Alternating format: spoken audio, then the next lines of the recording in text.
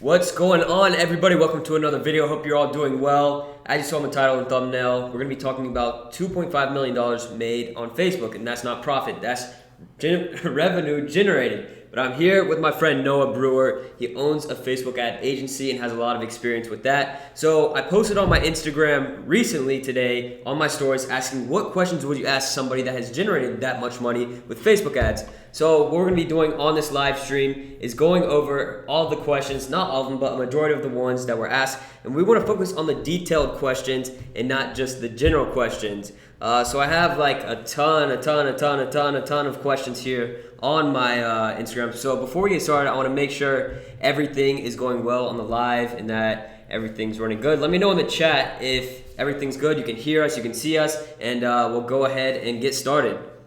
What's going on, Jordy, Jack, Cameron, Jabir, Jordan? Hope everybody's doing well. Just let me know if you can hear me well, and we'll go ahead and get started. If you're watching this as a replay, just stay tuned. We're going to get started with everything. Everything's good? All right, perfect.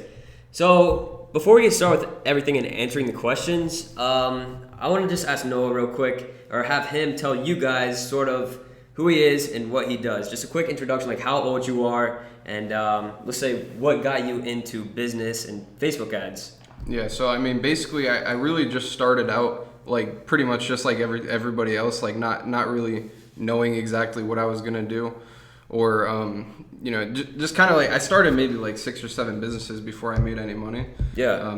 Shopify was one of them, like affiliate marketing, blogging, like the whole rounds. Yeah. And then we came across the agency and I started learning about web design. And that's kind of what brought me into like the internet marketing world, and like learning about conversion rates and doing stuff like that.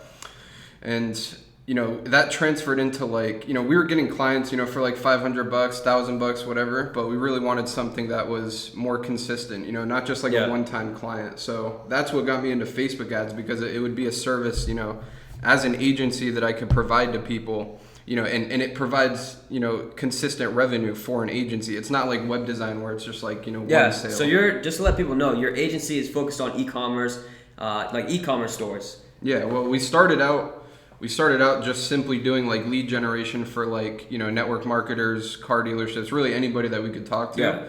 But like the first client that we had that ended up taking off and like doing really, really well was an e-commerce store. So like that's kind of just like what we stuck with, and we took on another e-commerce store, and the first one we took it to like 17K after a couple months, so it wasn't anything crazy.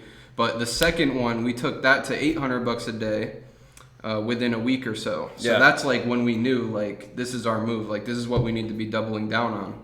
Yeah. So those are the things that you realize which caused you to focus on what you're doing best at. Whatever's, data doesn't lie. If you're doing well with e-commerce stores, then you're going to put your time and effort into that to get the best results possible.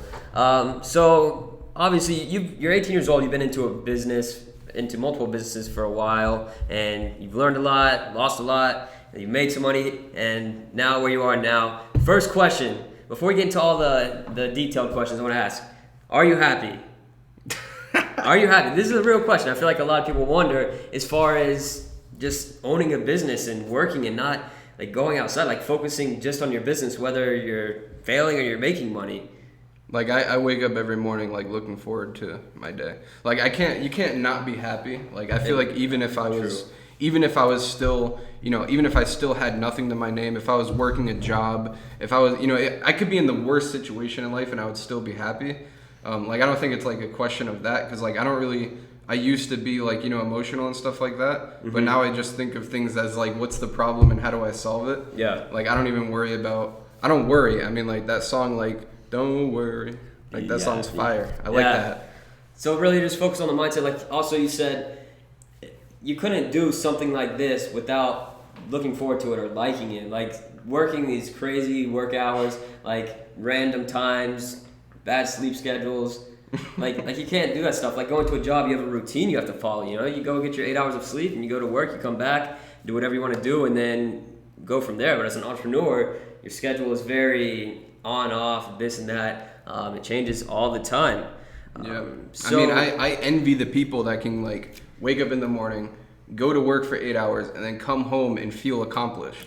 Yeah. How do you do that? Like I can work for 14 hours straight and I will still not feel accomplished, when I go to bed. Yeah. So I feel like that's the difference between, people who kind of settle for less and the people that just always work, right? It seems like they're always working. They don't listen to you when you talk to them. Like all those different struggles that people have as an entrepreneur, like it's simply ambition, Like that's what gets me up. Like that's what keeps you working those long hours. Yeah. So let's go ahead and get into this this first question here. So like you said, you had one store that did like 17K in a few months, which was the first one you worked with as your agency. Was that something where you were finding the products and testing them? Like, or was it the first product? Because this question here is, how many products did you test before you found a winner, and how much did the winner make? We tested like 6 or 7. 3 of them ended up, like it was literally like almost a year and a half ago, so it's hard to remember, but we tested like 6 or 7. And then 3 of them ended up doing pretty well. Pretty well meaning it was losing a little bit of money, but just over time, like the other 2 died off, and then one of them like really stood out as a winner, and that was the one that we ended up scaling. Yeah. So this is something I feel like a lot of people, they're testing products, they want to do a bunch of interest and this and that. Someone said, how do you find interest for very general products? For example, a Wi-Fi extender. Target Wi-Fi.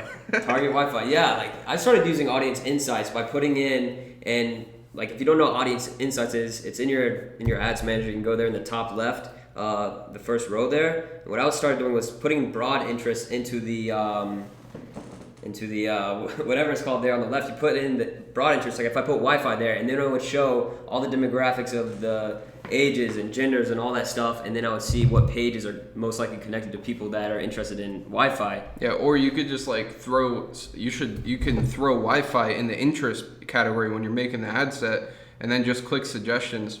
Like general products are hard, but usually it's pretty easy to like target for it. Yeah. Obviously, like I have a ton of experience. I remember when it was difficult. Like, I mean, now I have the knowledge to know like if you're trying to sell a Wi-Fi extender or something, just to target Wi-Fi. But back when I was started, it's like, what do you target? Like, it's not like a niche, you know what I mean? Yeah. So use the suggestions tab. Like when you put in an interest, click suggestions and it'll give you a ton of ideas. But what you have to do is you have to first put in like the most common sense thing that you can think of, and it'll give you like a ton of. There's some questions we can't ask here on the live stream. Someone wants to know, is it something still worth it to do $5 a day budget ad sets? Yeah. What I started to realize, what would you say is the main difference between spending $5 a day on a single ad set and $20 a day or more? I would say like how fast you're testing. Like if people are testing a new product like every single day, or multiple products every single day, you might as well test with $20 a day budgets because it goes quicker. Yeah. But if you only have the budget to test like 5 to 10 products a month, you really don't have to. In that case, I recommend doing 5, simply because that's what I've done for so long, and like I know that it works, and it still works to this day. Would you say there's like a difference in results, or is it just time, you would say? No, there's a difference in results. Like in those situations where you test those $5 per days, if the $5 per days work, or if you get a little bit of traction, then I would go test the 10s, the 20s, the 30s. But I mean, either way is enough to see if a product is going to work. That's kind of like the point of testing. Like just because you start with $5 a day doesn't mean that you have to scale it at $5 a day. Yeah. And same thing with 20. If you find a winner with $20 a day budgets, test it with 5. Because like different budgets optimize completely different. So this is related to this other question I just noticed. When you first had that store with your agency, what was your testing strategy there for the products? Was it similar to the current stuff you teach? Repeat the question. He says, when testing out ads, what did you test for first? I would say we should rephrase that as, how did you test products in the beginning when you first got started with e-commerce stores? It was really different. We would only target the United States, and we would make 3 ad sets, and we would target like 3 different interests. And it was like a lot more narrow than what I'm doing now. And I also followed like the potential reach rule, where like you don't want anything below 200K or anything above 1 million. And like I followed that thing to the T, and you know what? It worked.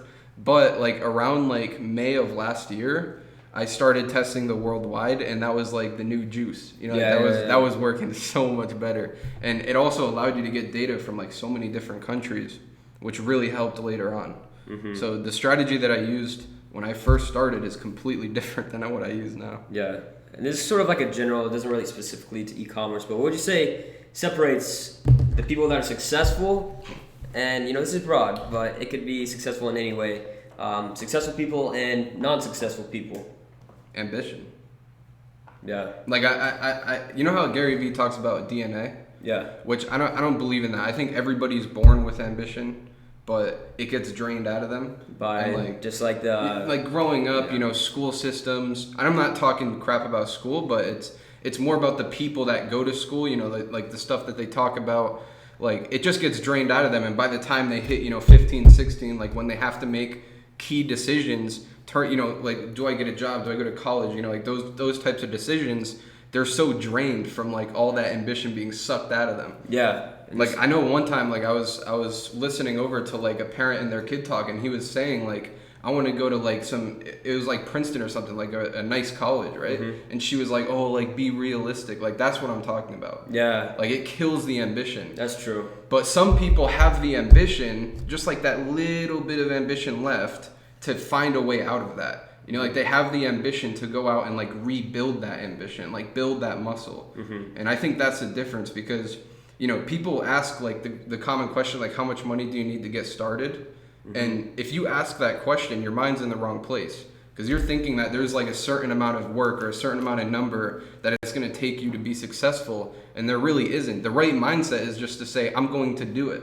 Yeah. It doesn't matter how much it's going to cost. It doesn't matter how much work it's going to take. Yeah. And that's ambition. Like figure it out. Yeah, it's like if you don't have $20, go walk down the street and ask somebody for it. Like, I'll trim your bushes or whatever. Yeah. That's sort of like a quote I recently realized this, like instead of putting all your time and effort into saving money, it should be into figuring out how to make more money so you can afford whatever that is that you may want or even need at that point. Yeah. So that's really, like Grant Cardone's 3 steps. Yeah. You got to figure out how to make it, then you got to figure out how to save it, which took me like 6 or 7 months to figure out. And then you got to figure out how to multiply it. Yeah. Let's see. How do you properly scale an ad set without messing it up? I don't. like editing budgets, like I don't edit a working ad set, I just leave it. Yeah, let's talk about that real quick. Let's say I have for example, I have a winning ad set, it's profitable, but it's only spending $10 a day or $20 a day, whatever, so I'm not able to get as many purchases and continue being profitable. Let's say I duplicate the ad set and put a $100 a day budget, and it's not profitable like the other one. Well, the original shouldn't die out if you do that. But what I do now is like when I'm trying to test with higher budgets, and I talk about this in Tanner's course update videos, which we just filmed yesterday, they're fire. But basically, you do it in a new campaign. Like there's no possible way that a new ad set, even if it's the same ad set, and if it's in a new campaign, it's not going to ruin the original. And like that's going to allow you to test different budgets, different age rate, like basically anything that you want to split test. And so basically when I test different things in order to scale, I just do it in a new campaign. So like in a lot of the ad accounts that you see me in, there's just a bunch of different campaigns. Yeah. Yeah. Perfect. Let's see what we got going on in the chat real quick before we keep answering these questions. Maybe I want to answer some questions that you guys might have in this chat. Let's see. What is your opinion? I see a lot of people, this guy asked, should he start with dropshipping or an advertising agency? Now, I've talked to people in my DMs that have talked about this. I would say you can't start a marketing, I'll let you differ with me with this because I've never had a e-commerce marketing specific agency. But people ask me, should they start an agency or dropshipping or whatever? I just say, how are you going to start an agency catering to local businesses or e-commerce businesses and giving them expectations when you've never been able to provide a result for yourself? Yeah, that's the thing. Like when I got that first e-commerce client, I didn't have, results with e-commerce. Like I barely even knew anything about Facebook ads for e-commerce. Yeah. But like the thing is, that's like the difference between like a sketchy agency owner and like an ethical and honest agency owner is we told the client like, dude, we've never done this before. We don't know what we're doing. But what we did was we took the money that he was paying us and we put all of it into hiring a mentor. So he you know, if you're going to start an agency and you don't have a lot of results, get a mentor and use their results. Because what my mentor did was he basically just helped me grow that first store, and then I was off to the races, and the client was fine with it. You know, it like he was completely aware of it, which is, you know, it's the same thing about shipping times. It's like, it's not a bad thing if you don't lie about it. You just got to be honest. Like, you can say 60-day shipping time on your site. You know, because PayPal will side with you as long as you're honest. Yeah. But I mean, at the end of the day, it honestly depends on how much money you're starting with, to be completely honest. Yeah. Because an agency is like a really good way to get short-term cash. You know, like whether you're working with e-commerce stores or, you know, e-commerce stores. I actually just did profit share, so there really wasn't a lot of cash in it in the beginning for me. But or if you're working with local businesses, you can charge them a retainer, which just allows you to stack money. And then if you want to do drop shipping at the same time, you just reinvest that. Yeah. But if you already have like $4 or $5 grand, or you're making, you know, a few thousand a month just from like a full-time job or whatever, I mean, it's really your choice at that point, because you have the money to do an investment-heavy business, or you have the money and time to do like a work-heavy business, which is kind of what an agency is, because you got to go out and get clients and stuff. Yeah. Now, for people that saw the title and thumbnail and what I put on my Instagram story earlier, people want to know how much of that 2.5 million is profit. I don't even calculate. Like, we don't have this. He doesn't have the specifics. You know, that those numbers are combined from his own stores and client stores together. So it's really like it differs, but I would say the average is like somewhere between 20 and 30%. You know, like the really good stores being 30% and the really bad stores maybe like 15%. Yeah. And then it kind of just averages out at like 20, 25. Yeah. Now, if I've seen this trend sort of going around on YouTube and stuff lately, if you were able to start over with your first e-commerce store, just marketing your own e-commerce stores, or... Do I still have the same skills? Yeah. Let's say you were able to start over. Let's say someone hasn't even got started. If you had to start over today, in today's time with marketing and everything going on, what would you do that would differ from what you did in the beginning? How much money do I have? I'll give you $1,000. I go make more money. All right, let's say you have. All right, let's say I have like unlimited money, right? Let's give a realistic expectation for, let's say, budget. What would you want? I would want like at least $4 grand. Okay. I mean, with the skills that I have now, I would be cool with like 1,500. But like if I didn't have the skills, you know, I would want at least like 4 or 5 grand. Yeah. And money to eat and live, you know? Yeah. So, I mean, but let's say, I mean, I would start a general store. Like, I would spend no more than 2 hours building it. You know, like, that includes, like, the logo. Like, I would just pay somebody, like, $5 on Fiverr. Just get everything done, like, as quickly as you can with that basic stuff. Like, you know, one of the first 6 or 7 businesses that I started and failed, one of them was a Shopify store. And all I did was I spent 2 months building the store and then quit. And I didn't run a single ad. That's like everyone asked me for their store reviews. Yeah, it's like, and I was just talking to a guy the other day who spent like 4 months building his store, and just don't do that. Like I would take maybe 2 hours and build it out. And yes, I have the skill because I know the ins and outs of Shopify, but if you don't know anything, it shouldn't take you longer than a day, or you're just making excuses. Yeah. Next thing I would do is just go build a list of like 30 to 40 products. And once I have that list, I would go through it a second time, make sure that the ones that I chose are actually good. And then I would like mark them, you know, green and red for the ones that are good to go and then bad to go. And then for the green ones, I would start working on the product descriptions. And this is all happening like in 2 days, man. Like I'm moving quick. Yeah. And I would start working on the product descriptions, get the videos done, you know, everything that I need for the ad. And literally the next day, like within 3 days, I would have ads running. Yeah. And I would just continue doing that. You know, I would follow my budget. If my budget says that I can test 3 products a week, I'm testing 3 products a week, every single week. So it's really more of getting things done fast and actually like having a strategy behind what your end goal is and how you're going to get there.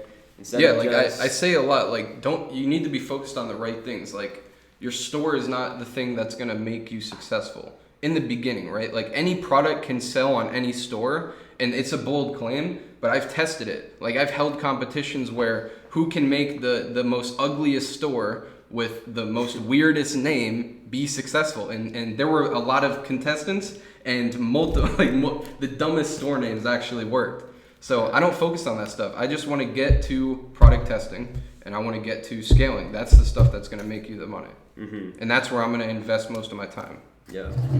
Now, another question, it sort of relates to the beginning stuff. Have you seen an impact between your Facebook page, when people first start running their ads, should their Facebook page have likes already? Is there any specifics to like banners and profile pictures, or have you just, it's another one of those things that you shouldn't really focus on?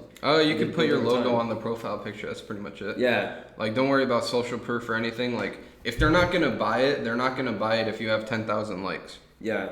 You know, especially if they're just 10,000 likes from Bangladesh. Mm-hmm. So, I mean, it just goes back to the same thing. It's like, what should you focus on? It's not how many likes your posts get. Yeah. I can promise you that. Some of these questions, guys, you guys need to ask more specific questions. You got to be selfish with these questions, and if you have any, put them in the YouTube. Also, Noah's live on Instagram. You can go check him out at Noah D Brewer on Instagram. He's live there. Let's check this YouTube chat real quick. Do you offer multiple shipping options on your store?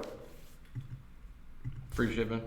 Do you do some of that stuff where people are like, where you offer an extra $11, you get express shipping? It depends. Stuff like that. If it's actual express shipping, like, yeah, I don't like you lying. don't want to finesse. I don't like lying. Yeah, we talked about that earlier. Like, if you set the wrong expectations, like, it's gonna cost you more than $7 down the line.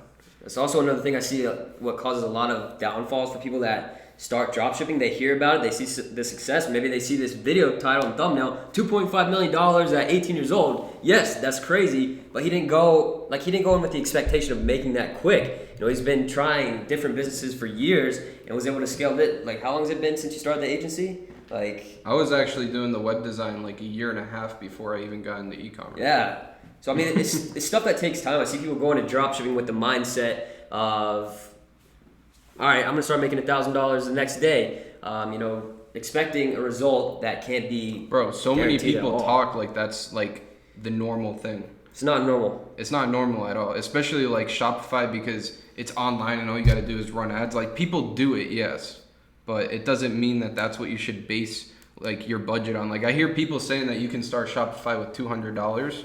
Yeah. Because they did it once and they found a winning product on their first go. Like, it's not saying that you can't do that, because you can. Like, I've done it. I'm sure you've done it. Like, there's so many people that have. But it's like, if you run through that $200, you're left with nothing. So it's just a dumb mindset to be in. Yeah. It's more about planning out, you know, realizing what you have and how you want to get it and where you want to get that, you know, monetary value to, and how you're going to do it. You can't go in there if you can only afford to spend $5 a day to look at everything and analyze everything. Or a lot of people go in there blind, dropping $20 a day on 10 ad sets or whatever, and next thing they know, Tanner, I spent $300 in ads. I didn't make any sales. What do? I don't have any money now. Or they blow through their whole budget in like the first week. Yep.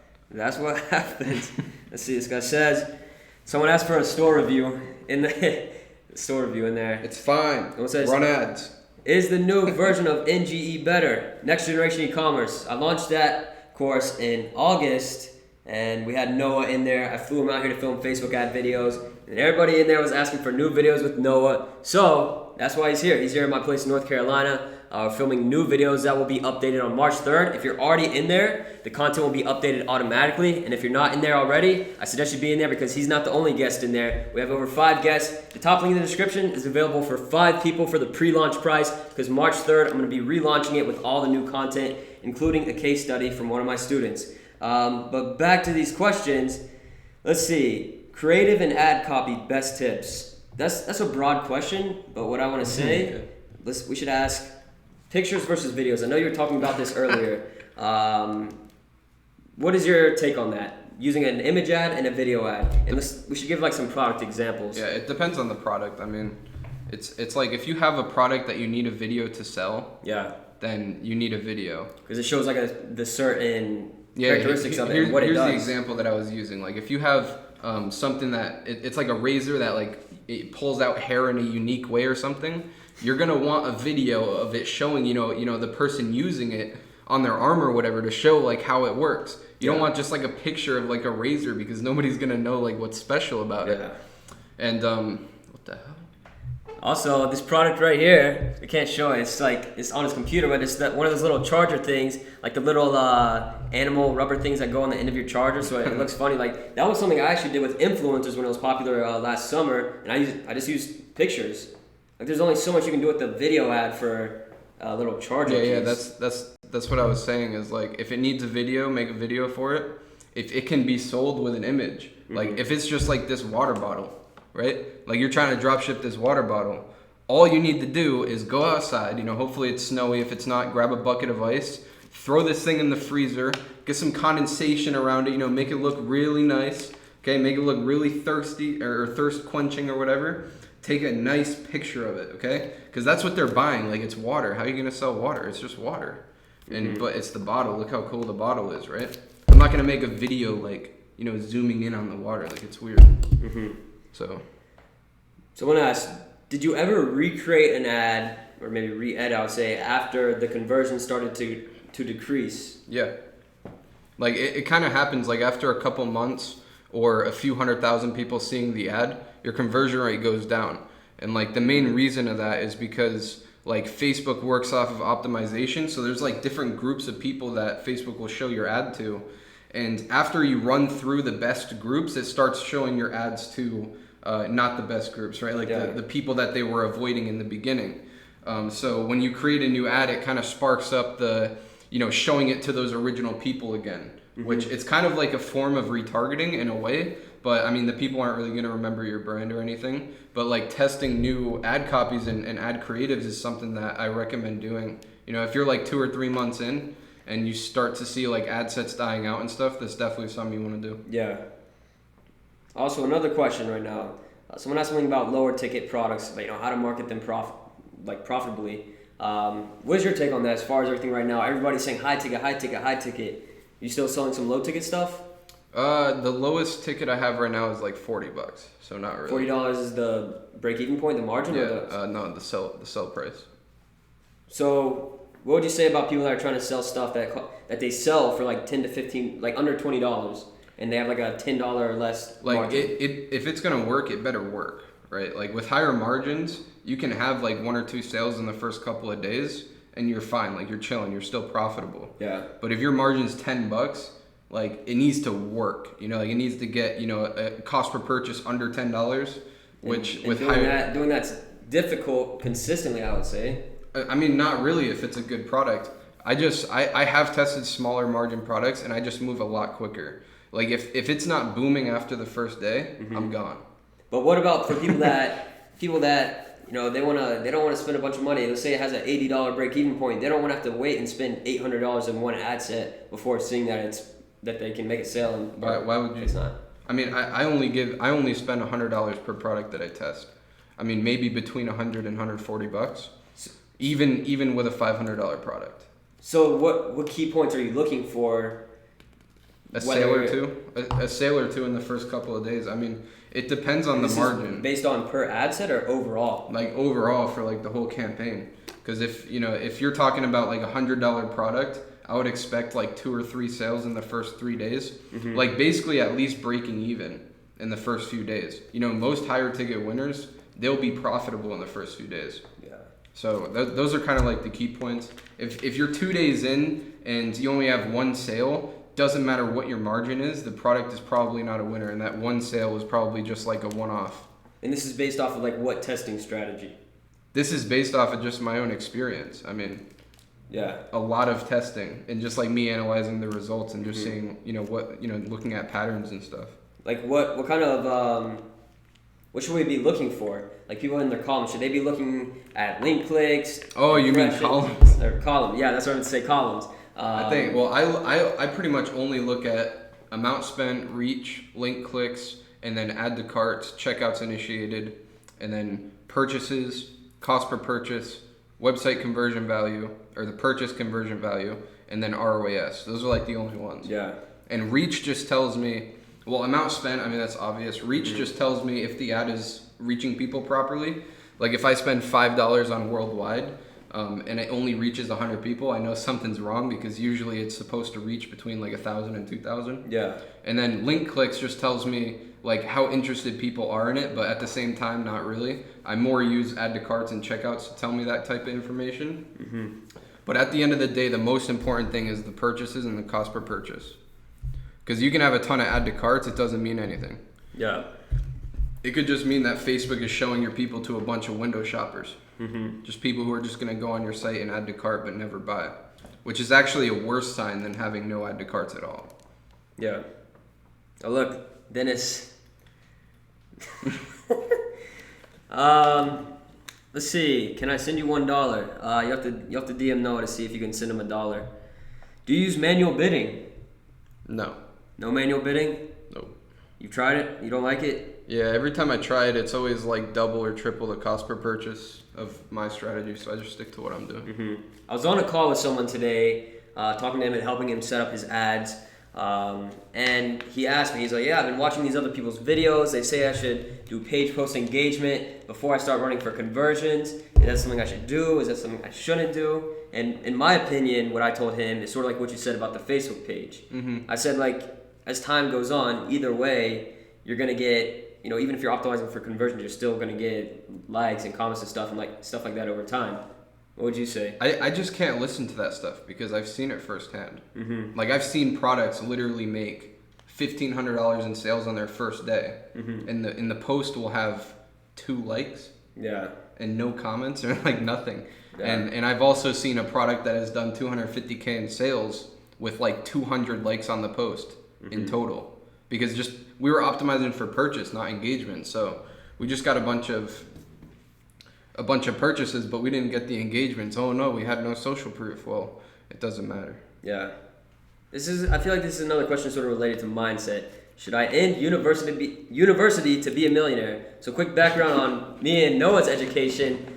For me, I started my first business when I was in middle school and went from there and building everything out, and things were going well for me and I knew where I wanted to go. That senior year, I switched to online school and I'm now done with high school, but I'm not in college. Now Noah, on the other hand, you dropped out of high school, right? Yeah, I left 11th grade. 11th grade. But I'll never tell somebody to drop out. I'll never tell somebody to stay in school, because I think that it's such a risky decision, and like you have to manage that risk yourself. Like if you're questioning whether it's right for you to drop out or not, it's probably not. Yeah. Because when I woke up and I was like, I don't need school. I'm just gonna go out and figure it out. Like I meant it. And Yeah. it took me 8 months before I started making any money, even after I dropped out. But it's a tough thing, man, because you're kind of leaving something that's, safe in quotes to go do something that's not guaranteed.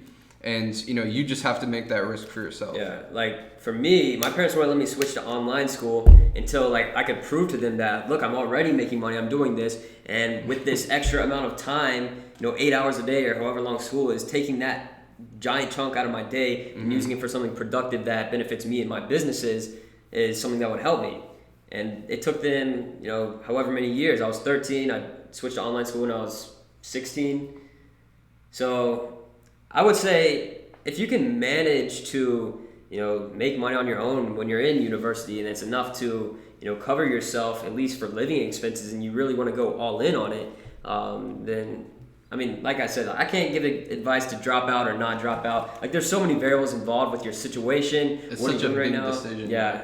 It is a huge, especially university. Like, that's something you're paying money for. Like public school is free. Yeah, or if your parents are paying money for it and you want to leave. Oh yeah, your parents might not be happy with that, but I dropped out with like $100 in my name.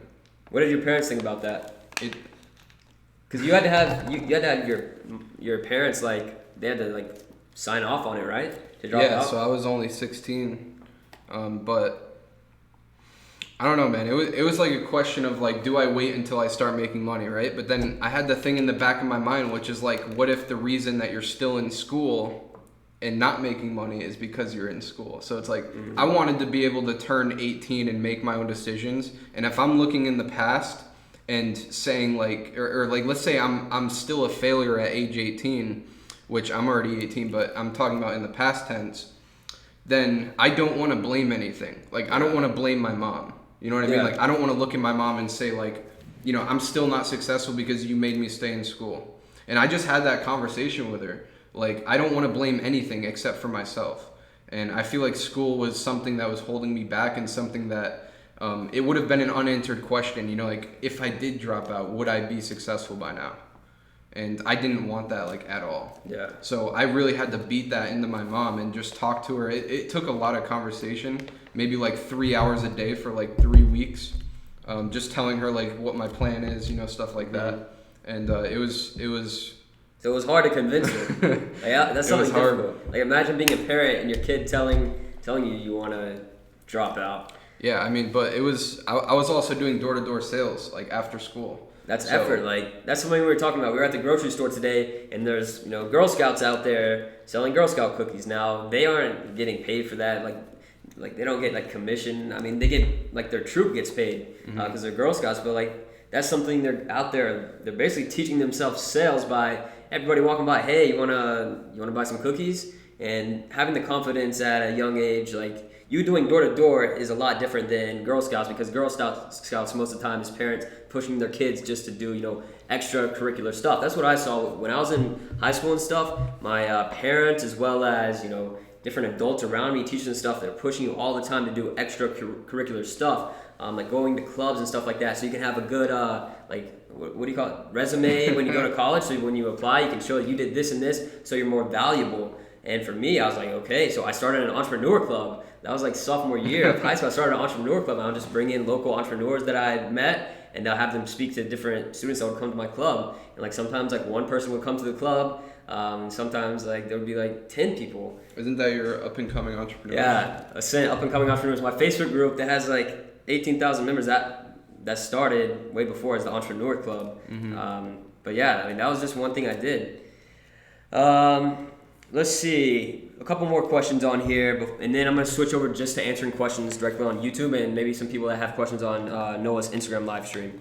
Someone says, overall time, what would you say the best percentage lookalikes have performed best for you? Let's say, like... All of them. Let's say I have a product. What custom audience am I going to make first? I start with page views. I don't really start with anything lower than that. Like, you can do... video views, but I think starting at page views allows you to like kind of build on that, and after you have all 10 percentages, you can start doing add to cart, and then start doing initiate checkout, and then as you start building up, you get more and more data. So like by the time you reach purchase lookalikes, you have the most purchases in there as possible. Yeah. But you want to know something surprising is like a lot of people think that purchase lookalikes are like the best, right? They perform the greatest, which it used to be like that, like a year ago, where, Facebook was easy and simple. Now it's like super complicated. But page view lookalikes are by far the best performing lookalikes that I have seen in the past 6 months. What key are you looking for before you create a page view custom audience? You're looking at link clicks on the overall ads? I want at least 100 sales, and I want the ad account to be currently making 5 to 10 sales every day. So you don't go into custom audiences, maybe aside from retargeting, until you get 100 purchases profitably cold testing. Yeah, that's right. Do you do retargeting before that or after the 100 sales? I tell people you can try to do retargeting as soon as the custom audience turns green, but I don't personally mess with it because I've done it so much, like it usually doesn't work, so I just don't do it. Yeah. So that pretty much covers most of the questions that aren't just super general or nonsense that I got asked on Instagram. A lot of them relate to each other. So what I want to do now, any questions you have on your Instagram live stream before we get to YouTube? Yeah, one thing, just page view is the same as view content. Yeah. Let's see, how's this live stream going? 136 viewers. Hey, I appreciate all of you guys. If you're watching this, make sure you leave a like right now and a comment so we can check out. Let's see, what do we got? What do you think about testing products with a one product store with a general name? If it fails, you can change product. How would I answer that? What do you think about testing? Yeah, no, I had that comment in my video too. Yeah. I think it's a good, like the whole general versus niche store thing is honestly a joke. Yeah, there's no perfect method to guarantee. The only reason why I do a general store is the speed of testing. So if you're the kind of person and you want like a branded store and you want like, a niche store, something that's not general, you better not let that hold you back from testing quickly. Yeah. Because like if I test a product, literally the second I turn it off, my next one is up. Mm-hmm. And if you can't move that quickly, then you're just being held back. Yeah. Shane Lee says, are you both of us concerned at all of what we're going to be having to put on our resume at 30? Hell no. I'll let myself answer this first real quick. For me, I'm glad that I was able to get into business before I turned 16, because if I wasn't, then I probably would have gotten a job, and who knows what I'd be doing now, but I had a hobby that turned into a business. But for me, you know, some people see dropshipping and e-commerce as something very short-term, but it can be very long-term as long as you make it that way. But for me, some of my long-term focuses are building actual brands and in-house brands. So I was like, if I'm going to do in-house brands, I'm going to need, you know, fulfillment. So what I did, now I own a fulfillment center in the Miami area with one of my good friends, Ariel. And, you know, it started off with him. I helped him he hit over like $130,000 in revenue, not profit, in his first month, which was crazy. But that was also because he had a budget. He has been in previous ventures before and done different things to make money. He was a video editor, so he had money saved up to invest. And, you know, he took a loss at first and was able to learn from that and build up from there. But as far as a resume, I'm never going to get a job no matter what. I'd rather go broke and homeless and figure out what to do next than have to work for somebody else and make somebody else rich. What about you? Everybody's saying you love me. I love you too. Yeah, I love it. Hey, look, someone donated $2. Hey, Mike Ford. I appreciate you. You said you're a go. I don't know if you're talking to me or Noah, but me and Noah are going to split that $2.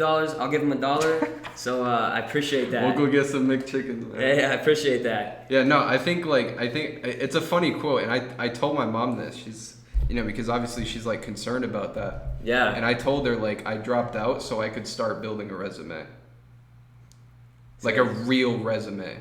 Like not saying that like, oh, I was in this class, I got this grades. Like you say, I've grown over 26-figure businesses. I've generated $2.5 million in Facebook. Like what better resume is results? Yeah. I mean, that's honest. If you have the right I've never been in a job interview, but I'm assuming a job interviewer would definitely take that for account. If you're applying for a job and you've done all this other stuff, they're either gonna be like, why are you doing this? Or I love you, let's do it. Yeah, like they're begging you to work for them. That's like the level. Oh, another a $5 donation? No Why way. are people donating? If I know that my Tari, I appreciate that. Now I'm gonna have to give him $2.50. You've made $3.50 so far in this live stream. If I know that my customers will be solely based in the United States, do you still suggest running worldwide ads? I don't understand. How do you know that your customers will solely be based in the United States if you haven't run any ads yet? That's something you realize with data. I would say, I mean, there's two different questions. Like, don't assume where your customer base is. But if you're not assuming where your customer base is, and you have like let's say influencer data, right? Or you have data from, you know, some sort of sales that you had before, just run US ads. Yeah. But it's also good to test worldwide either way. But there's a difference between testing and trying to learn what works and doing things that you have to do. She says, she or he says, it's a branded product. I mean, I don't think we know enough information at this point in time to. It's sort of a weird question. Like, don't overthink it. I mean, if you want to target US only, do it. Like, I think it's worth testing worldwide. Like, even if you're selling like a product on Donald Trump, most people in Europe, you know, they don't care about that kind of stuff. Yeah. I would still do worldwide. Yeah. You know, like in that situation. Micah says, I'm quitting my 50K a year job, moving to Australia to learn secrets of dropshipping and FBA. Problem has been I am on my comfort level. My mindset is burn the boats and don't look back. Is it wise? I don't know. If you incorporate everything we've talked about already in this live stream, you'll sort of get an understanding of what you need to do. Moving to Australia, I don't know where you live now. If you're moving to Australia, I'm sure that's a big jump. Australia is a very expensive place to live. You know, learning the secrets. You can't tell yourself there's secrets. There's no secrets. There's no secret button. Oh, boom, press this on my Facebook ads, I'm going to be profitable. Boom, I'm going to make $2.5 million. It's not like that. There's no secrets. It's trial and error. You know, knowledge is good. Cutting the learning curve with courses or mentorship or whatever is very good. It can be helpful. But experience is always going to be everything like that because you're getting a hands-on, experiencing yourself. You learn from those things. Dude, it's the same thing. Like, if you're if you're ballsy enough to make that decision, you better back it up. Yeah. It's like it's definitely a big decision. You better back that up. Like if you ever catch yourself on YouTube, you need to slap yourself and get back to the street and like go make money. Just a quick this is something I want to tell you about real quick. I see my friend Hagen, he just commented in chat. He said, "What's good, Tanner?" So quick story about Hagen. Shout out to you. So when I first ever launched my first course, that was January of 2018. And he was one of the first people that bought it. I remember talking to him and seeing, and he was all like, he asked for a refund because he said that he wasn't making money. And I was talking to him through it. I was like, you can't expect results and stuff like this just right off the bat. And he was just always persistent. That was one thing that I loved about him, that he was always going. I got distracted from that donation, but he was always kept going and learning and was staying coachable. And over time, now fast forward to a year, he is now doing $50,000 a month revenue, with like 30% profit margins, with the help of some other people and just trial and error and experience things on his own. And that's just like a case study, not personally from me, but the case study of following ambition and your end goal, what it can actually do for you. 1 year dropshipping is a long time. Like most people go in for a couple days, a week, a couple weeks, and they're just like, this is I can't do this. So Hagen, shout out to you. I mean, it's just a testimonial to following the journey. There's always a turning point for people. Yeah. Man. Like there's always a point where they just get so sick of looking themselves in the mirror, brushing their teeth in the morning, and saying that they didn't do it. Yep. That was the point for me. Yep. That's a turning point. That's when you stop making like any excuse that you could think of in the world. Yep. Like I'll have a broken leg and I would have still gone door to door. Yeah. You're I'll sitting be there in a like wheelchair. Electric wheelchair, like doing wheelies and stuff. I wouldn't even have an electric wheelchair. I don't have the money for that. I would have been in like a little carriage, and my homie Dennis would be pulling me around. Yeah, Dennis donated $2. I love you, bro. I wish you were here. Dennis is also someone that was in the course. He works with Noah. He was here last time. He's sharing the wealth. Yeah, I appreciate you, Noah. Are you diversifying into fulfillment because dropshipping is reaching saturation? No, the fulfillment center became because the store that my friend Ariel started that grew super fast. He wanted to do in-house stuff, so he started. We started the fulfillment center, so because I could help get clients for people that are dropshipping and want to turn their stuff more into private label and stuff like that, and have US-based fulfillment. And he wanted to do the same for his own store, so that's how it started. Hey, I appreciate you, Ola. For 99 cents. Bro, we're going to be able to have He didn't even have a question, man. We're going to be able to have some good meals after all these donations. Hey, we might have to go out. I remember this guy's asked like 10 times, he asked, are you from the hood? I don't know why you keep asking me if I'm from the hood. I don't get it. How was your living situation growing up? Middle class. Yeah. Which isn't a bad thing. Like, No. I'm actually like very grateful for the situation that I was in. Yeah. But it wasn't like a situation where I could just like take money, Oh yeah. It really taught me the value of money, like when I started making it, because I always thought, like, oh, money is just like something that you make. Yep. When in reality, it's like, bro, it's so hard to get. In the beginning, right? Like now, it's easy for us to say that it's not hard to get, but for somebody starting out, I definitely remember like back then, it put me in my place. I'm glad that I didn't have a lot of money and my parents didn't spoil me. Mm-hmm. They spoiled me to their extent, right? Like if they had the money, they would have. I love them like they love me. Yeah. But dude, it just drove so much hunger in me. That's why I'm super grateful. Is not only my living situation. I was also born into a middle class family, but I'm glad that my parents they raised me how I am. They taught me that if I wanted to buy something, I would have to make money for it, and that's why I started. Getting that mindset at a young age. I would go and mow lawns in my neighborhood. I remember my dad used to drive me to one of his friend's house to go mow lawns. And this guy, he could have paid someone else to do it. He has the money to go and pay someone to do it, properly. But I was young, like probably 10 years old. And I remember that I was so weak and small that I couldn't even start the mower. So the guy in there, he worked from his house. And I remember he would be in there working. and I would mow the lawn, and let's say that something's in the way, I need to move it. I would have to turn the lawnmower off and move it, and then I'd be there for like 5 to 10 minutes just trying to start it. And I remember feeling so bad. This guy's paying me $20 to mow his lawn, and I'd have to go into the house and get him out of work. The reason why he paid me was so he didn't have to do this, and he'd have to come out there and start the mower for me. Yo, people like that are out there though, man. Like they will bend out over backwards just to give you a chance. Yeah, exactly. If you show them that like you really want it, you can go get it. Yep. But like, what kind of mower did you have? Was it like one of the ones that had the automatic wheels?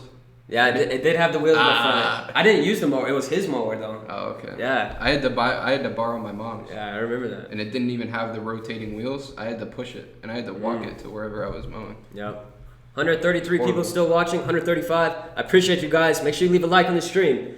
Mike Ford, $7. I appreciate you, bro. Wait, wow. Isn't that the guy that donated first? He started like this whole chain. He donated $2. He said, "Hey Tanner, I just started my own clothing accessories brand. Shout out to you for all the tips on how to get to where I am now. I appreciate you, man. I appreciate the $9 in donations this live stream. I wonder if there's a way where I can make it just so it like donates it automatically. You know, I don't need that We'll go money. donate it to like some random charity. Yeah, let's do that. I don't know how I get paid from these. Maybe it adds just to my YouTube check. But what I'll do, whoever donates money, I will donate the money on my phone at the end of the stream and show all of you guys that I donated that money. Like I don't know how I'm getting paid this money, but whatever you guys put up, I'll double it. So like right now, I'll have to add it all up. We probably have like $10, so I would donate 20. And I'll do it at the end of the stream just so you guys can see. Do you guys do CBO? CBO, we're going to be going over that in the updated version of Next Generation E-Commerce. That launches March 3rd. So if you guys already have Next Generation E-Commerce, it'll go in there automatically. Noah's going over all those videos on new product research methods for 2019, as well as CBO, which can be pretty crazy. And if you want to get in for the early bird price before everything updates, there's a top link in the description for the first 5 people. I mentioned that earlier in the stream. I don't know if they took action already or not. But yeah, if it's still working, then you're good to go. But do you guys do CBO? I do. And I don't know. I don't really have much to say on it. Like I don't like talking about things until I completely understand them. So especially like publicly like this. You'll have to wait for the videos. Because I don't want to tell somebody to do something when I don't like 100% know what's going to happen. I'm still testing with it is what I'm saying. Do you regret getting the Porsche at the time you did? I don't regret it, but looking back on what I did at the time, it was definitely stupid. So hey, thanks for the charity. Yeah, Joel, I appreciate the $5. You know what? That's not $10. I'll double it. You'll double it too? Yeah, if you get $20 donated, I'll put $20 in. I'm doubling whatever you guys donate. I mean, I don't care about it. I just think it's. I mean, I think it's really interesting that there's people donating in the first place. Yeah, because like if most people that are watching this deep, like 40 minutes in or whatever, know who we are, what we do. It's like not in a. This is in a humble way. We don't need 99 cents or $5. They're not doing it for the money. Like, look. When you get a donation on here, it makes your question big. Yeah, so whenever you guys donate, it makes it like on the chat, it makes it like big and colored so we can see it compared to everybody else's standing out of the crowd, man. Yeah, that's smart. I love it. Let's see what we got. Kiss me through the screen. What's your opinion on Soulja Boy dropshipping? Good for Dude, him. it's only gonna take about 30 more of him before dropshipping gets a lot harder. I can promise you that. What's your take on that as far as like dropshipping saturated, it's competitive? What's your take? What is dropshipping to you right now? The standard way up through Shopify. Easy. I mean, I'm not saying that like it's easy. I'm saying it's easy compared to how hard it's gonna be a year from now. And the reason why I know that is because a year ago, it was way easier than it is now. Like I wish that I knew what I knew now a year ago. And I know that exactly 12 months from now, I'm gonna wish the exact same thing. Yeah. So that's like my take on dropshipping right now is like, you know, that's why I don't mess with niche stores and stuff, because you don't have to. It's like, why would you force it when you don't have to? Mm-hmm. I believe that in the future you're going to have to do stuff like that. Yeah. Because it's gonna be like very obvious that you're dropshipping and they're just gonna hop on AliExpress. Yeah. So all the people that are doing niche stores right now and are doing branding right now, they're gonna regret it. Mm-hmm. They're gonna wish that they took advantage of the general stores while they were here. Yeah, I see that. Oh, so the guy who asked about Australia who makes 50K, he says he's making the money by picking melons in Finland and wants to move to Australia. Also, 3 of his friends have the same mindset. All of us will quit the job and we're gonna find a way. I said they already quit the job. All of us. Oh, you already quit the job, so now you're in. Dude, honestly, $10. Dude, I hustled so hard in the beginning because I could not get a job. If I could have got a job when I first started out, I probably would have, just to save up, just to like make and save the money. But like, bro, I was 16. Like nobody wanted to hire me. And like after cold calling like 30 different businesses, it was more like over 100. Mm-hmm. Nobody was interested, and I was just like, I just have to do this on my own, because like I'm not gonna wait 3 months to make any money because trying to find somebody who's gonna hire me. Yeah, I'm just not gonna do that. I'm gonna post my Instagram story real quick, so I can get people on here who maybe ask questions. We are live on YouTube answering all the questions you guys had from earlier. Also, anybody who donates money, I'm doubling it and donating it to charity at the end of this stream. Swipe up. That's how you do an Instagram story. So guys, drop any questions you have, anything you want to know. We'll go over that. Noah, you wanna answer one real quick while I post this this Instagram story? Yeah, we got Noah. I am 15, spending a lot of time on YouTube. I feel like I'm spending too much time. I went through that a year before I started doing business, or actually I say doing business, like a year before I started actually creating things and doing stuff, reading books, YouTube channels. It's all I did. And I mean, learning is good, right? Like there's nothing wrong with learning, but it gets to a point where it's almost toxic. Like it can hold you back. Especially, it's kind of like analysis paralysis, but at the same time, it's like learning paralysis. Like you can only learn so much. You're gonna learn way more out there actually doing it and making the mistakes. Like most people want to shine, but they don't want to like get dirty first. Yeah.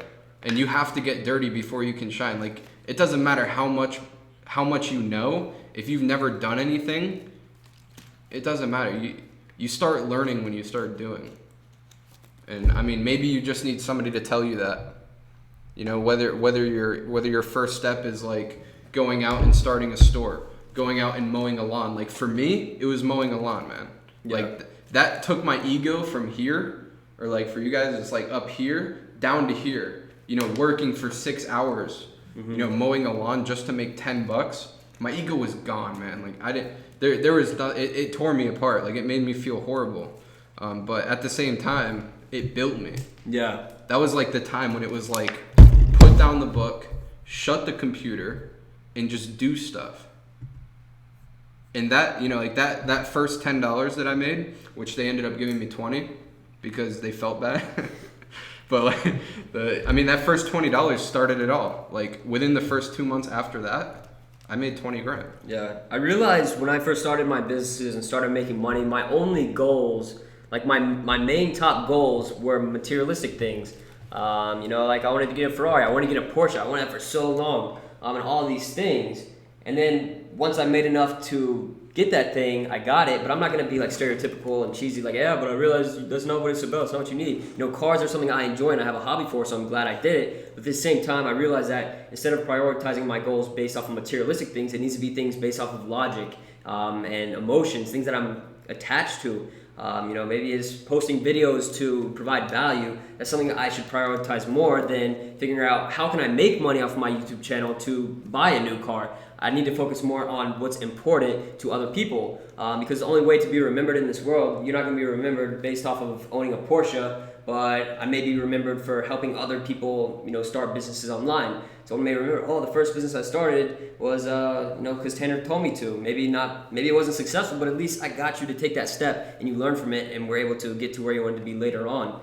So that's what I realized what I wanted to be, known for over time. Yeah, there's a question here. Why Facebook disables ad accounts in 2019? I have a video on that on my YouTube channel. Yeah, check out Noah's YouTube channel, Noah Brewer. We'll be filming some other YouTube videos while he's here and posting them on my channel. So you can, I'll also be linking all his stuff so you can check him out. Tell him to stop banging on the desk. Oh yeah, because it's so sensitive. Because it's the. I don't usually use a microphone like this. I'm not used to it. Yeah, and it's also because it's the camera here is on my computer, so it's like. Yo, stop. Yeah, I need to figure so out how to do live streams from like my good camera. I have a really good camera. I just need to figure out how to do it on live streams. Yeah, we're also using like a crappy plastic. Yeah, we're using a crappy desk and my webcam computer on my laptop. What y'all think about one product stores? Oh, this guy! Did you see this guy donate $2? He said, "Noah, check my DM." All right. He sent $2. Appreciate you. What do you think about one product stores? We went over this. Like Scott Hilsey. Scott Hilsey's awesome. I love him. We're gonna be doing an Instagram live stream soon. We just talked about one product stores. Yeah, there's gonna be a replay of this. Yeah, you guys can replay this. After it's done, it'll have to process for like probably an hour or so, and then it'll repost. Yeah, thanks, Mike. I saw you subbed. Tanner, running these stores currently all the time. You can't lose the traction. That's one thing I also realized when I was like, for those of you that actually follow me and know what I've been doing like on Instagram and stuff, like I talked about how I stopped just like posting in social media and all that stuff for like 3 months just to focus on health and losing weight and getting my mind right. And I know it sounds cheesy, but like it actually happened. I stopped my stores during that time because I wanted to do something bigger. But I realized if you stop all that momentum already going, it's going to be a lot harder to pick up where you left off. That's why once you fail once in a business, you can't just you just can't stop and then try it again later on. Because all that time that you spend between failing and then starting again, you're going to lose all that momentum and things you could have also learned by experience. If you want to find my YouTube, just search up Noah Brewer Facebook ads. I'm going to type his name right here in the chat so you can search up his YouTube channel or Instagram, either one. Yeah, I'm like one of the only Noah Brewers out there, so. Yeah. There's some fire videos. Is it recommended to brand a product before testing it, even if you don't know if it's proven to sell? No.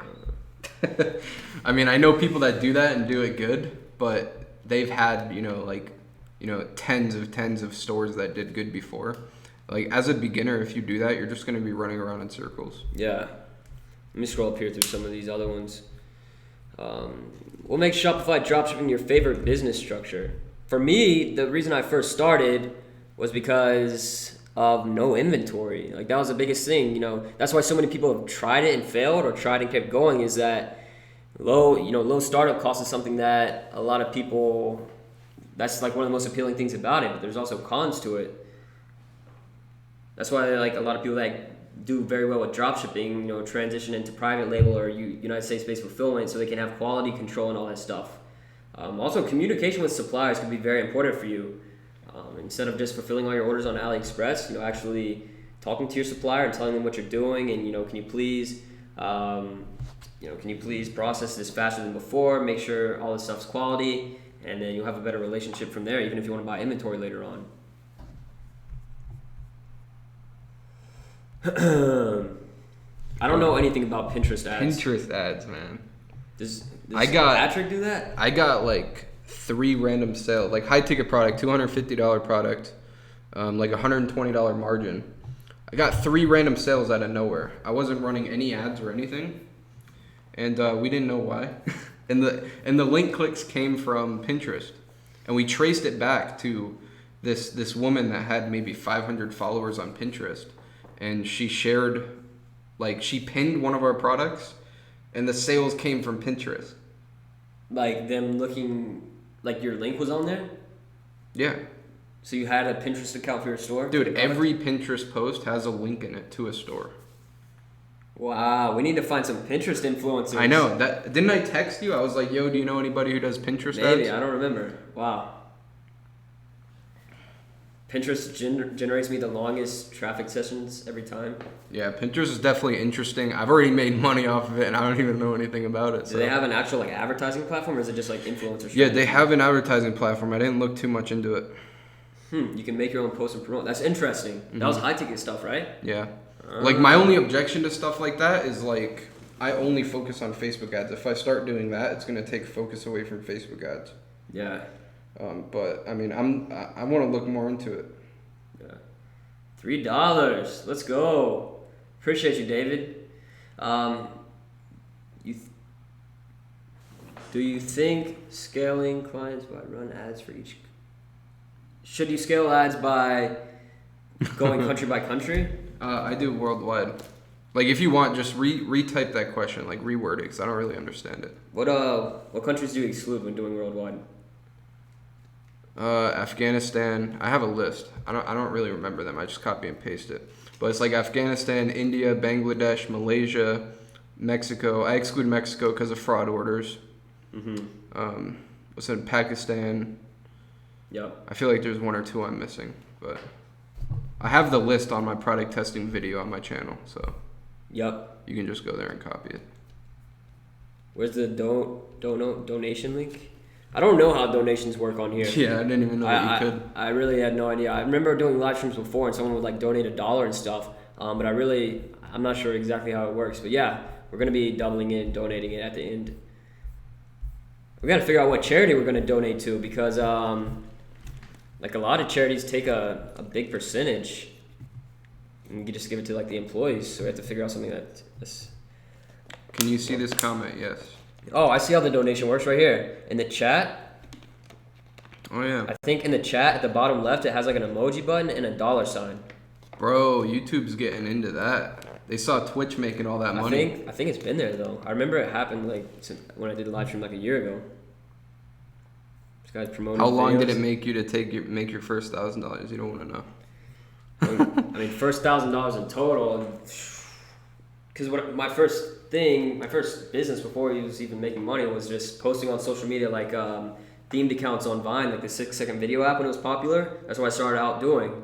And the way I would make money then was by doing affiliate marketing, like revining, which is just like Twitter, like retweeting. Like we would retweet stuff to get it views. They called it loops, link clicks and stuff like. They would pay us such low amounts, but for me at 13 years old, $10 in a day of work was a lot for me.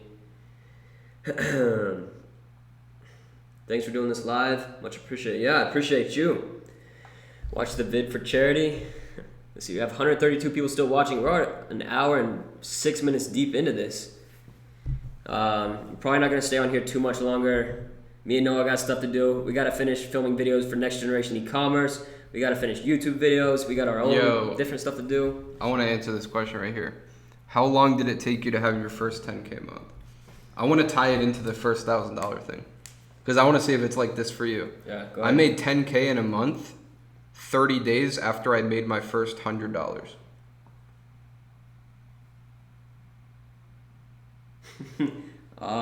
Like the momentum stacked really, really quickly for me. But I was doing stuff, like starting businesses, learning about stuff for 2.5 years before that. Yeah. Almost 3 years. My sort of turning point like that, I would say, was I'd switched over from Vine. I was on Instagram, but the way I was making money was it was still the theme pages. I had a lot of followers, but the money was made by, selling shout outs to companies. They pay you to post the ad for X amount of time, whatever. And then I realized, why not make it our own store, promoting our own stuff. And, going from making, let's say, $100 a day, $50 a day, depending on who's buying, who's buying ads, to then creating our own store and only posting on our own page, not any other influencer strategy, just from the beginning. And it doing I did like $330 something in revenue the first day with no ad cost, dropshipping it in what was that? That was the beginning of 2017, I believe, or mid 2017. And then from there, the store did $20,000 in revenue the first month. But then again, it dropped off because I didn't know anything like true marketing tactics, so it fell off. And that was the only, that store it was just one product. And it took me 7 months to have my first big break again. And then since there, I realized my failures and experience, so I know how to keep it going. Are 100 purchases enough for lookalike audiences? Yup, you have to replay this live stream. Noah broke all that down a little bit earlier. Actually, to be honest, 100 purchases is not really enough to make purchases. Oh yeah, we said 100 purchases for page views. Yeah, I would say 130, 140, because there has to be 100 tracked on the pixel in one country to make purchase lookalikes. Oh, I forgot about the countries. Yeah. It's 1.4 million views in 2 months. A good sign that a product is a winner, and I should test. Well, people can optimize a video, like an ad, for video views or engagement. So you can get a 1.4 million views from dead traffic that a majority might be people that would never buy. Like there's a lot of Facebook pages that just post videos about different products. They may not even sell them. So I wouldn't use video views as a metric for an ad to see if it's a product I should test, because you can get 1.4 million views. It's like a sign. That's all it is. It's a sign, but like also you could just have a viral video. Dude, I could get 1 million views for like $100. Yeah, it's not I would say it's a sign, but not a qualified sign.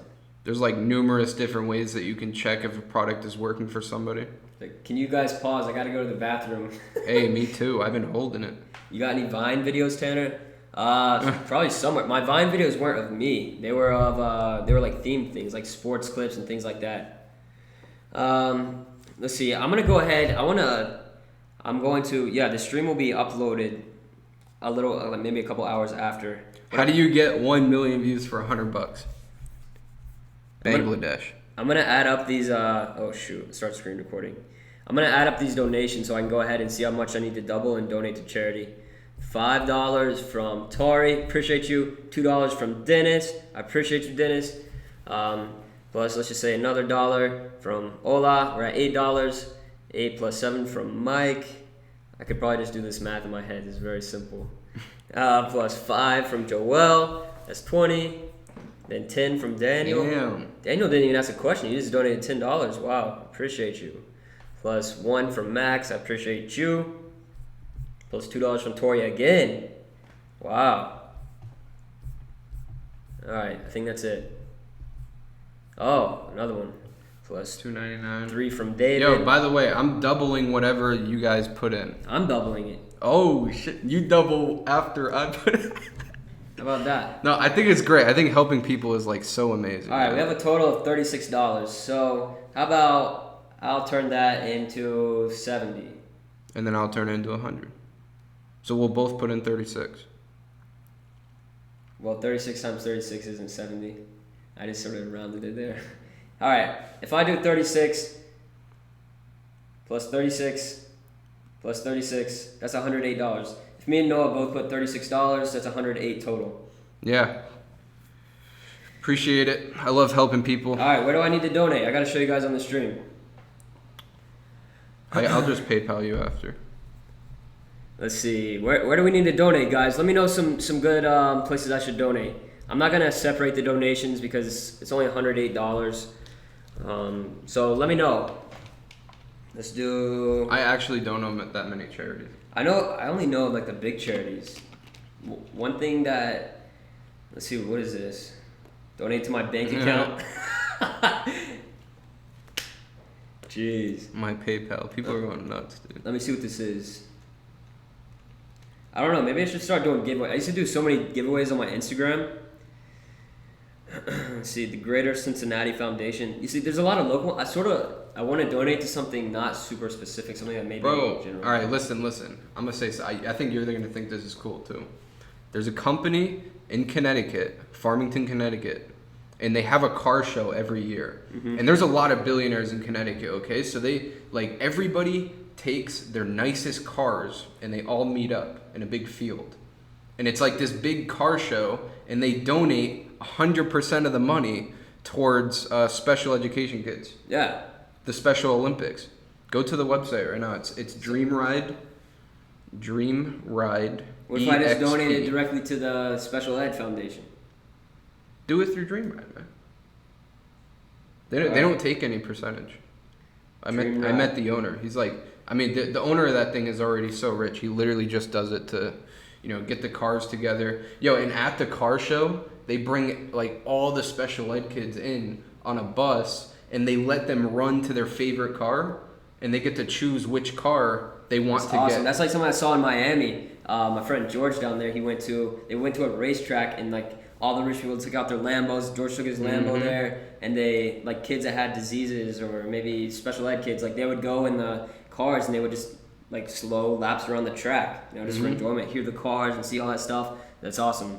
Yeah, it's literally an insane cause, and I go every single year because the cars are amazing, the people are great. I'm on the website right now. They've they've raised $2 million for Special Olympics and other charities. The next one's in 180 days. Yep. Last year they got a LaFerrari on there. Yeah, I'll donate to that real quick. I'm getting goosebumps right now because last year I actually rented out an I wasn't old enough to drive yet, but I actually rented out an M3 for my stepdad to go and drive at the event. And we had a couple kids in the car with us, and they were just loving it, man. Like, they were the happiest kids in the world. Yeah. And like seeing the Olympians like in the cars, like La Ferraris and stuff, like it was just such a good feeling. Yeah. I gotta use my card for this. They don't have PayPal, bro. Admiral. What do I call myself? Admiral or ambassador? Who knows? Oh, this is like a lot of. I'm gonna leave that blank. I sold my Ferrari to buy books.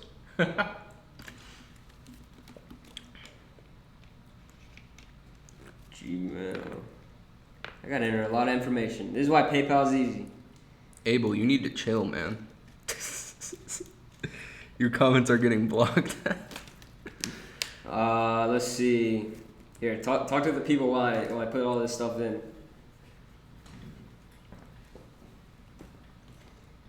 United States. Amount, $108. I haven't read a book since I started making money. I get too caught up in it. I've listened to a couple audiobooks, but there was one book that I read the whole thing, and it was the Sales Bible. And it taught me like so much about like psychology and selling, and it's a really old school book, but I think I could recommend it to like any marketer out there, because it's really like the fundamental of sales. How many hours a day did I work at first? More than I do now. I used to sleep like 4 or 6 hours every night. Now I sleep like 8 or 9, just because I can. And like I don't know. I used to work a lot more than I do now. All I know right, that. my donation. This website looks like it's from 2002, but I mean I donated. What I'm gonna do? I'm gonna screenshot it real quick and then mark out like my address and stuff there that it showed, and then I'll show you guys. It might be reversed though, because of the camera.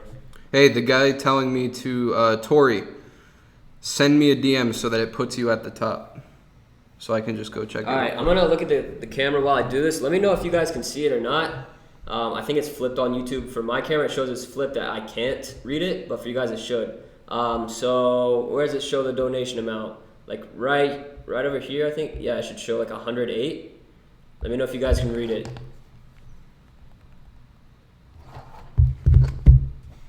Yeah. There we go, $108 to the Dream Ride Experience. Dude, I said that so close to the mic.